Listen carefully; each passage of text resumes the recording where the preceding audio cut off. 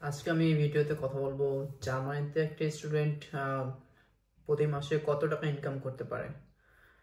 তো এই টাকাটা একদম ফিক্সড বলা যায়, কারণ একটা স্টুডেন্ট পার উইক 20 ঘন্টার বেশি কাজ করতে পারে না জার্মান গভর্নমেন্টের রুলস অনুযায়ী। সো সেটা হিসাব করলে পার মান্থে একটা স্টুডেন্ট 80 ঘন্টা কাজ করতে পারবে। আর এই কাজগুলো হতে পারে যেটাকে আমরা সো কল্ড অড জব বলি। তো এটাকে অনেকে সার্ভাইভাল জব বলে থাকে। স্টুডেন্টরা বেশিরভাগ এই টাইপের জবগুলো করে থাকে। এটা হতে পারে কোনো ওয়ার হাউসের জব, কোনো ডেলিভারি জব, কোনো রেস্টুরেন্টের জব, কোনো সুপার মার্কেটের জব।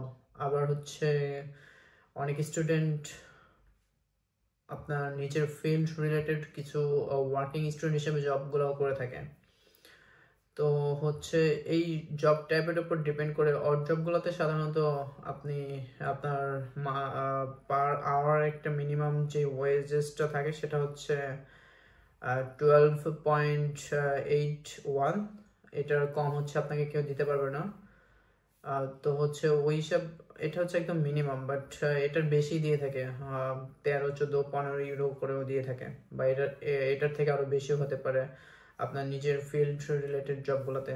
লাইক আপনি যদি কম্পিউটার সায়েন্স ব্যাকগ্রাউন্ডের হন, আপনার স্কিল থাকলে আপনি ওয়ার্কিং স্টুডেন্ট হিসাবে জব পেতে পারেন। সেক্ষেত্রে পার আওয়ার ওয়েজেসটা আরও একটু বেশি হওয়ার সম্ভাবনা থাকে। সো আমি যদি এটা ক্যালকুলেট করি, পার আওয়ার আমি অ্যাভারেজ 13 ইউরো করে ধরলাম। আর আপনি আর মান্থলি আপনি 80 ঘন্টা কাজ করতে পারবেন। সো আমি যদি এই টোটালটাকে ক্যালকুলেট করি, তাহলে আপনি প্রায় 1040 ইউরোর মধ্যে ইনকাম করতে পারবেন। এটা মিনিমাম। সো একটা স্টুডেন্ট 1000 থেকে 1200 বা আর একটু ভালো জব হলে 1500 ইউরো পর্যন্ত ইনকাম করতে পারে। সো অন এভারেজে একটা স্টুডেন্ট 1200 ইউরোর মতো প্রতি মাসে ইনকাম করতেই পারে, যদি সে একটু মিড লেভেল বা বড় সিটির দিকে থাকে, তার সিটিতে যদি জবটা অ্যাভেলেবেল থাকে। আর স্মল সিটিগুলোতে একটু জব ক্রাইসিস আছে। তো সেক্ষেত্রে একটু প্রবলেম, কারণ সবসময় জব থাকে না। এক মাস থাকলে অন্য মাসে থাকে না স্মল সিটিগুলোতে। তো বড় সিটিগুলোতে আপনার সবসময় কাজ থাকে সাধারণত। তো ওইখান থেকে একটা স্টুডেন্ট চাইলে 1000 থেকে 1200 ইউরো ইনকাম করতে পারে। আমি আমার আগের একটা ভিডিওতে বলেছি যে একটা স্টুডেন্টের মান্থলি খরচটা হয় 700 থেকে 1000 ইউরোর মধ্যে।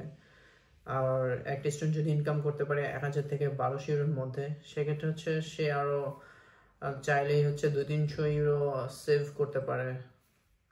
But remember one thing, that আপনাকে একটু মিড লেভেল বা বড় সিটিগুলোতে যেখানে কাজ অ্যাভেলেবেল সেখানে আসতে হবে।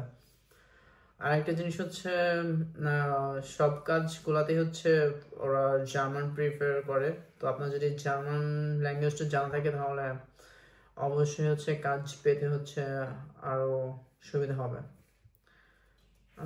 সো ভিডিওটা ভালো লেগে থাকলে সবার সাথে শেয়ার করবেন।